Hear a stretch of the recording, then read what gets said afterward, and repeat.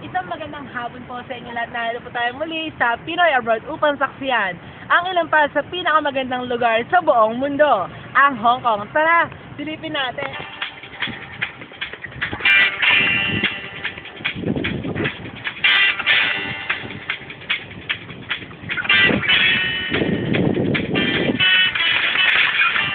Lagi na lamang bang ganyan? Lunggulo ang iyong isipan. Lahat ng bagay ay iyong Hay, grabe. Napakasarap Ang sarap dito magpasyal o pumasyal dito sa pinakamagandang plaza sa Hong Kong. Ngayon naman, susunod naman natin sa isa sa pinakamagandang garden. Dito garden sa Hong Kong, ang Conquaila Garden. Tara, puntahan natin.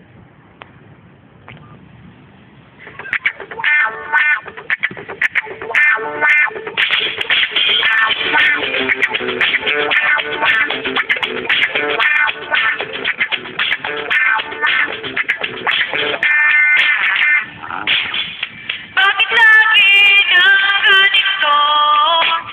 Takbo na buhay, saan kaya tutungo? Pag-asa mo'y naglalao.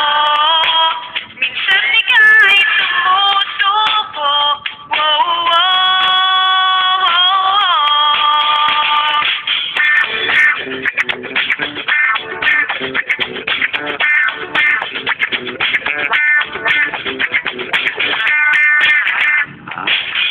sadyang ganyan lang ang buhay. May ligaya at may lumbay. Ngunit sa'yo'y may naghihintay. At handa siyang Hay, grabe, nakakapagod. Talagang enjoy itong paglalakbay namin dito sa Hong Kong. Kanina galing kami sa garden, galing kami sa plaza. Ngayon naman gusto namin malaman kung saan ito ang pinaka masarap na pagkain. Kaya ngayon, nandito tayo ngayon sa Golden Spoon upang matikman ang isa sa pinakamaganda at pinakamasarap na pagkain dito sa Hong Kong. Tara, tignan natin kung ano mga pwedeng makain.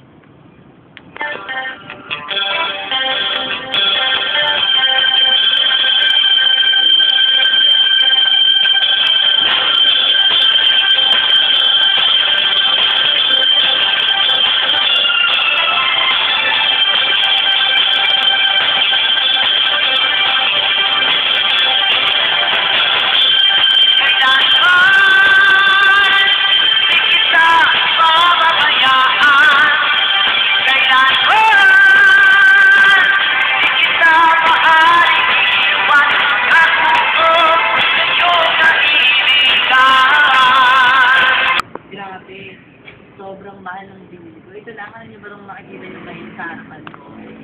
Kung sa atin, 5,000. Dito, $99.1. Kaya sobrang mahal. Yun lang yung kinain ko Gulay-gulay lang yan. Kaya kung kumpara natin ngayon sa tayo yung fish pork, gusto rin makukuha. Pero kasi perfect talaga. Para sa salad. Yung pagkalapit din, hindi na-ayos. Kaya sarap-sarap talaga. Kaya grabe pa talaga dito sa Hong Kong. Kasi talagang kakaiba yung mga gamit, kakaiba yung mga lugar. Talagang, siguro kasi namin, uuwi na kami, nakakalungkot. One na kami dito, sayang yung pamasahe namin, na sumakay pa kami ng aeroplano. Kaya, eto na, sa huling pagkakataon, tapos kumain na may aalis na kami. Nasakay na kami sa pinakamagandang sasakay dito sa Hong Kong. Mamaya muli, magbabalik kami pagkatapos ng taxi. Ay, grabe. Sobrang nakakapagod talaga ngayon isang buong araw dito sa Hong Kong. Sana maulit-ulit sa iba pang lugar. At susunod naman, mga kaibigan, sa magbabalik ng Pinoy Abroad, ay tayo naman ay dudalo sa Disneyland. Ngunit ngayon, isang pagkakataon muli para bumalik sa Pilipinas. Kaya ngayon ang oras na ng pag-uwi. Nakakalungkot nan, pero kailangan talagang umuwi kasi aalis na yung aeroplano. Kaya kailangan tayo nang umuwi kasama ng staff ng buong Pinoy Abroad. Sige po, paalam!